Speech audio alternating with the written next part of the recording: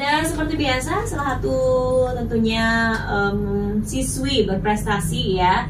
Dan kali ini adalah prestasinya di bidang pidato dan juga apa ya, mungkin lebih ke sebenarnya dia juga banyak prestasi di puisi. Tapi yang kali ini kita lebih fokus ke peraih ya, juara 3 lomba pidato tingkat nasional tahun 2023. Kita langsung aja lah ya kenalan sama Desa Putu Ayudina Chandra Dewi. Hai. Halo. Aduh, teman berdua. Jadi ini Desa ini merupakan siswi ya dari SMA ya Negeri 1 Semiri. Desa, kita kenalan dulu ya sebelum bahas prestasi ya. Boleh. Desa ini aslinya dari mana sih? Saya aslinya dari Desa Ringdikit, Kak. Ringdikit. Saya suka nonton, Kak. Oh. Saya suka banget nonton drama-drama. Oke. Terutama ya pastinya drama lokal dulu ya. Habis itu pasti drama Korea. Ya. Tapi hidup kamu banyakkan drama apa enggak? Kalau soal cinta, Tapi aku suka drama katanya teman berdua ya. Oke. Iya. membaca puisi hanya sekedar membaca saja, itu salah besar. Karena memang namanya cukup sederhana, membaca puisi, tapi membaca tidak sekedar membaca. Baca doang ya. Iya, ternyata sebenarnya sebelumnya saya pernah berpikir seperti itu juga. Aduh, gampang nih mah, cuman membaca aja. Tapi ternyata setelah saya ikut lomba baca puisi, tidak semudah itu. Oke. Saya perlu mencari makna, ya, menginterpretasikan sebuah puisi sebelum saya membacakan puisi itu. Karena setelah kita tahu apa makna dari sebuah puisi, apakah puisi itu bermakna bergembira, apakah nuansanya gembira, sedih, kecewa, atau membara gitu ya. Sehingga dari sana kita bisa menentukan gaya pembicaraan kita, gaya intonasi kita seperti apa nantinya untuk membacakan puisi tersebut. Di sana menurut saya tantangan untuk membaca puisi. Walaupun tantangannya menurut saya agak susah karena menginterpretasikan sebuah puisi yang pengarangnya ya belum bisa kita temui secara langsung. Itu pastinya tidak mudah. Menginterpretasikan itu harus juga memperkirakan ini sebenarnya bagaimana sih makna dari puisi ini, biar saya bisa membacanya dengan bagus, membacanya sesuai dengan makna yang terdapat di dalam puisi tersebut. Oke, jadi kamu lebih nyaman berpuisi berarti? Iya, benar. Oke, siap. Teman berdua, seperti biasa nih buat kamu yang mungkin mau nanya-nanya sama Desa, silakan aja ya. Seperti biasa di 08 11399 1054. Info, ada lomba pidato. Siapa nih yang ngasih info? Guru SMP saya. Oke. Ya, terus? Nah, dibilang ada lomba pidato nih, tapi secara online dan ini tingkat nasional. Boleh nih saya ikut. Mau hitung-hitung juga mau mencoba hal baru nih Kak, selain puisi sama mendongeng, saya pengen coba pidato juga. Sebenarnya pernah saya ikut lomba pidato, tapi cuman di tingkat sekolah aja, cuman di sekitar sekolah aja. Dan saya ingin coba keluar. Gimana sih potensi saya dalam berpidato? Bagus nggak ya kalau di luar gitu. Makanya pengen coba ikut di lomba pidato kali ini. Oke, akhirnya ketika gurunya itu ngasih tahu langsung ikutan begitu, langsung daftar. Enggak, saya mau baca-baca gininya dulu, kriterianya dulu, ya temanya apa, terus tuh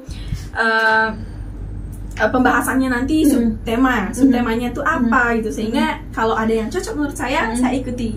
Dan kebetulan juga saat itu ada temanya, tema yang sangat menurut saya sesuai dengan apa yang saya rasakan saat itu. Apa tuh? Temanya itu adalah tema lombanya nih. Tema lombanya itu kan teguhkan bahasa, wariskan budaya. Tapi lomba pidatonya itu subtemanya ya mungkin ya. Itu temanya, judulnya ya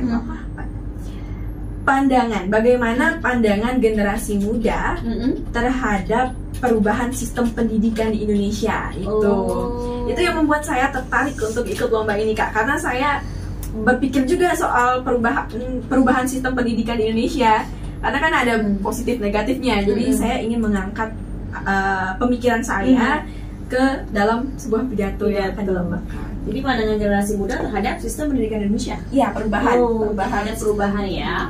Oke, jadi dengan tema tersebut kamu berminat begitu ya? Iya, untuk ikut pidato itu. Saya mulai merancang-rancang karena mumpung udah ada ide, udah ada pemikiran mau seperti apa nanti naskahnya. Jadi saya langsung buat naskahnya, ada sedikit revisi dari guru-guru saya.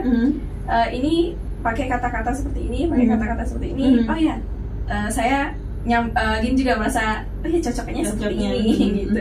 Jadi akhirnya selesai naskahnya dan mulai take video ya seperti sekarang.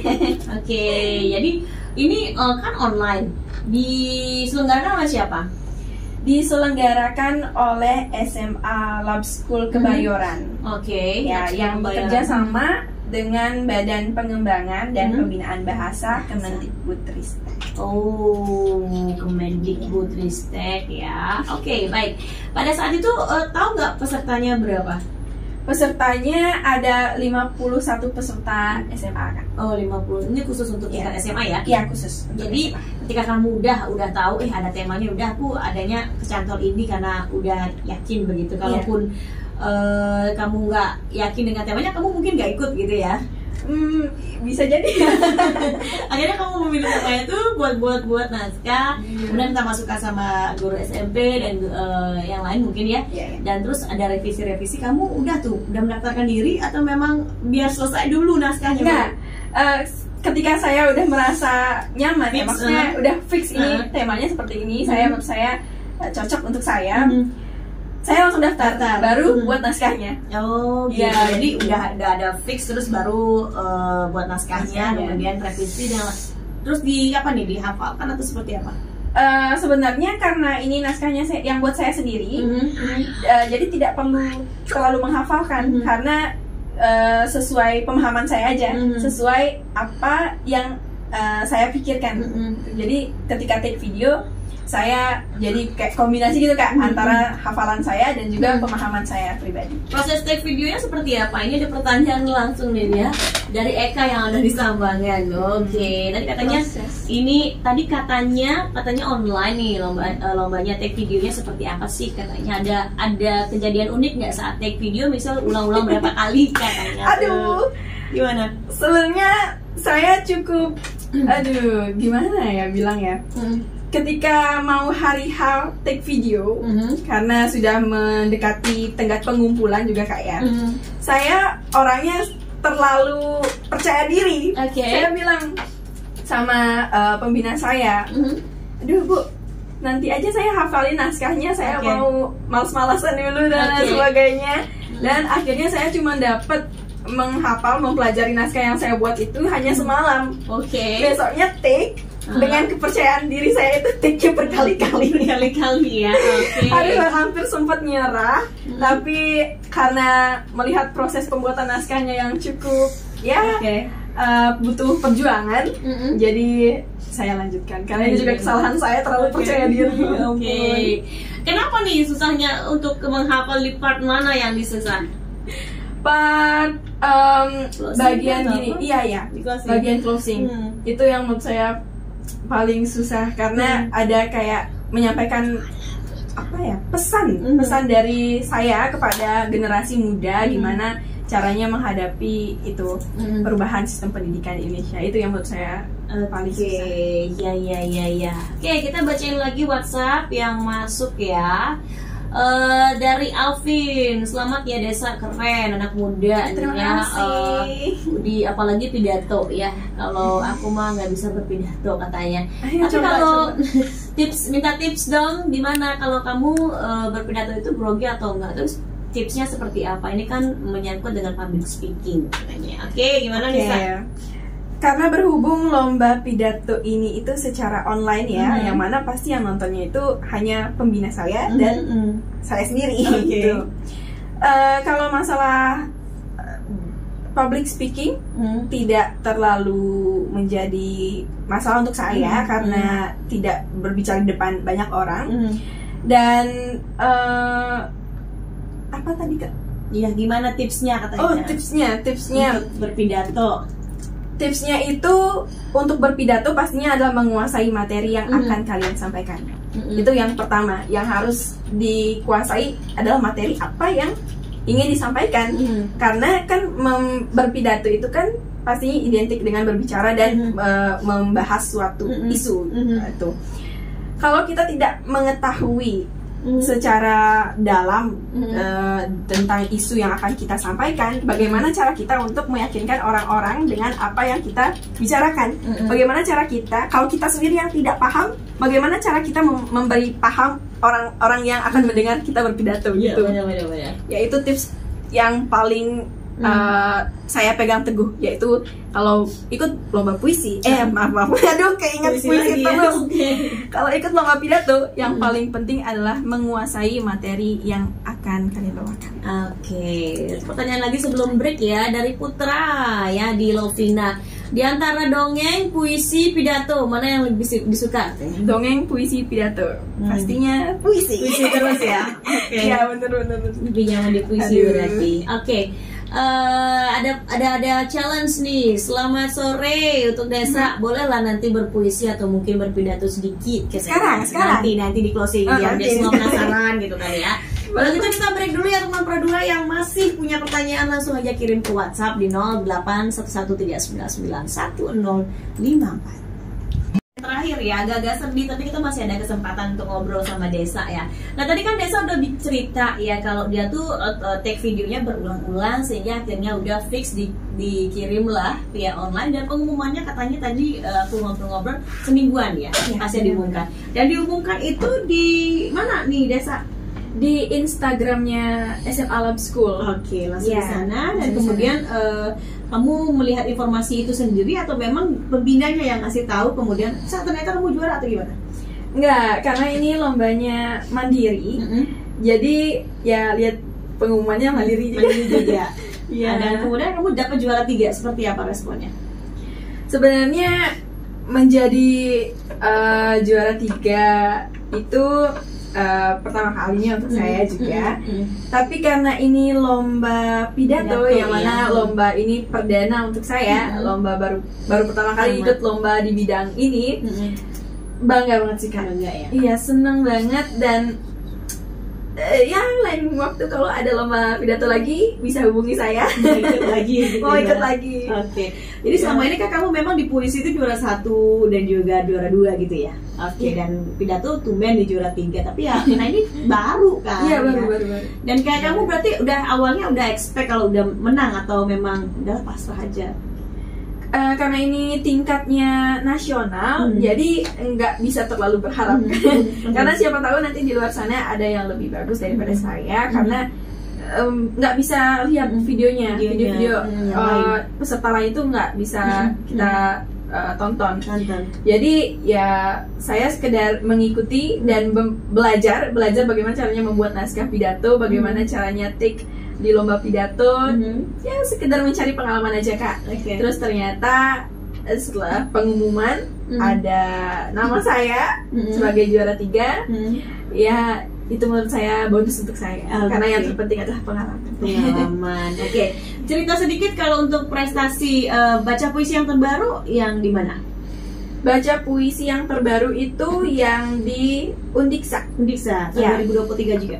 Tahun 2023. Tapi itu lombanya baca dan cipta. Kalau yang baca puisinya pure itu di Mahima Singaraja Literary Festival. Kalau yang di Undiksa berarti bikin sendiri puisi juga? Iya, bisa lancar. Sebenarnya menulis puisi itu belum menjadi bakat saya, walaupun saya bisa membaca puisi, tapi karena keseringan membaca puisi-puisi karya tokoh-tokoh lain, jadi saya memiliki pembendaharaan kata, ya kata-kata dari puisi-puisi lain. Itu saya coba merangkai-rangkai bagaimana ya caranya biar bisa ciptain puisi juga. Kalau saya pinter dibaca puisi, mungkin akan lebih lengkap kalau saya juga bisa menulis puisi. Oke, ada pertanyaan nih dari Indri tadi. Desa bilang lebih nyaman atau lebih suka baca puisi. Emang apa sih yang membuat kamu senyaman itu membaca puisi? Katanya ini gimana nih maksudnya? Susahnya atau mungkin gampangnya di puisi itu apa? Dua-duanya, ada susahnya, ada gampang. Yang susahnya saya suka itu ya yang seperti saya katakan tadi, yaitu di interpretasi puisi, mencari makna yang tersirat di dalam sebuah puisi. Apa sih makna yang ingin disampaikan oleh penulis dari puisi yang ia ciptakan? Itu yang menurut saya menantang, yang saya suka. Kemudian yang kedua, senangnya itu karena saya katanya dari guru-guru saya, teman-teman saya memiliki bakat di vokal saya. Itu senangnya karena sudah saya bawa gitu. Jadi yang perlu saya lakukan hanya mengasah vokal saya. Katanya vokal saya itu bagus, cocok untuk baca puisi. Iya. Oke, jadi sesuatu menurut kamu bagaimana mengetahui begitu ya makna puisi sehingga bisa kamu bawakan ya, atau mungkin sampaikan kepada pendengar atau penontonnya gitu ya, sehingga mereka paham sebenarnya puisi ini tentang apa, seperti itu.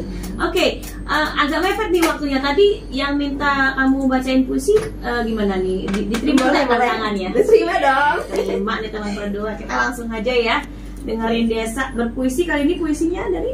Puisinya ini kayaknya dari Bali ya Kak, karena waktu itu lomba di Mahima mengusung kebudayaan Bali. Oke. Siap. Judulnya? Judulnya Di Telaga Wihara, Banjar. Maaf ya sebelumnya kalau ini suara saya kurang fit. Di Telaga Wihara, Banjar. Karya Embung Arisinta Putra. Cobalah kau datang pada telaga di tepi rumah sunyi itu. Kutanamkan untukmu teratai yang mengambang pada air yang melihatkan wajahmu. Bunga teratai merekah mekar, menjamahkan cinta pada rerumpun daun-daun. Berayun memamah bunga merah teratai. Yang mengerti cinta menyamakan diri pada riak dan gelombang air telaga. Senja itu kita serupa pada dedaunan. Kepasrahan mendakwa perih gesekan udara. Kita diam dan menatap mata. Daun itu menjauh, diterbangkan gelisahnya. Setibanya pada tanah yang tandus, ku tanam mendung agar hujan menghidupi sedihnya sendiri. Dan kau akhirnya tetap bersamaku. Yeay, waduh bener nih suaranya bagus ya, keren. Terima kasih. Tapi kalau punya bakat suara yang bagus ini nggak minat untuk nyanyi gitu? Kalau nyanyi saya minat, tapi kalau yang lagu-lagu pop itu menurut saya kurang kurang cocok untuk suara saya di sana. Tapi kalau di Muspus itu saya sering ikut lomba Muspus di sekolah. Dan menurut saya kalau suara saya itu cocoknya ke musikalisasi puisi yang alunan-alunannya itu lebih ke ada campuran tradisinya gitu. Oke, siap. Wah, teman Pro 2 ini keren memang ya. Oke, sebagai penutup nih, closing statement nih, Desa, apa yang ingin atau mungkin menjadi harapan untuk Desa nih, untuk teman-teman Pro 2 di sana yang dengerin sore ini?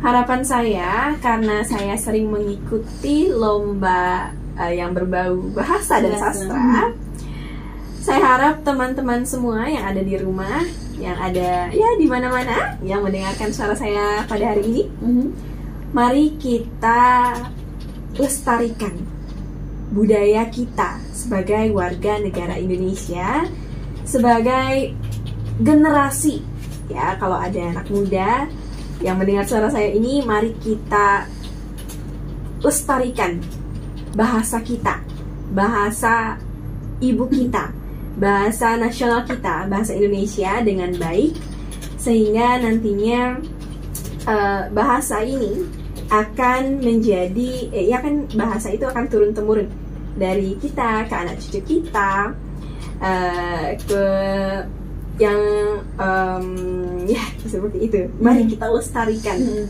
bahasa kita.